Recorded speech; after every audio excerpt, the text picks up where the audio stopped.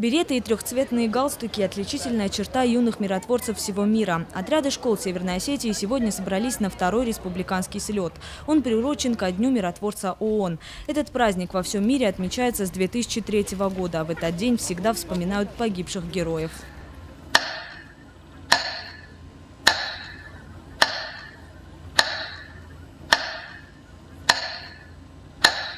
Движению юных миротворцев Северной Осетии в этом году исполняется 15 лет. За это время школами мира стали 11 образовательных учреждений республики. Для меня сегодня миротворцем быть – это большая ответственность.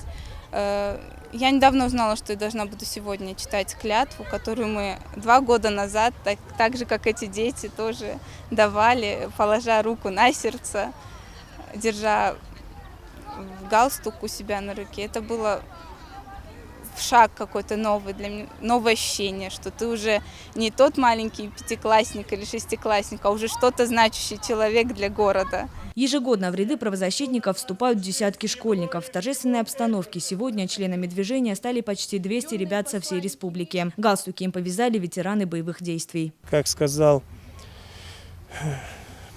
классик, ребенок не сосуд, который нужно заполнить, а факел, который нужно зажечь.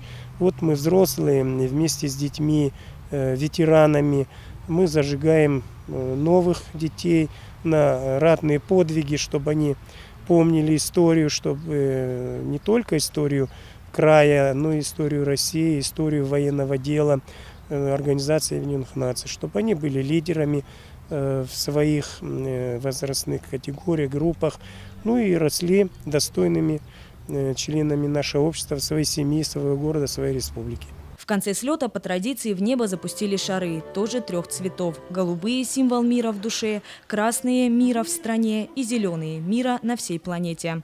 Яна Гайгиева, Ацамаз Шипшев, Осетия ТВ.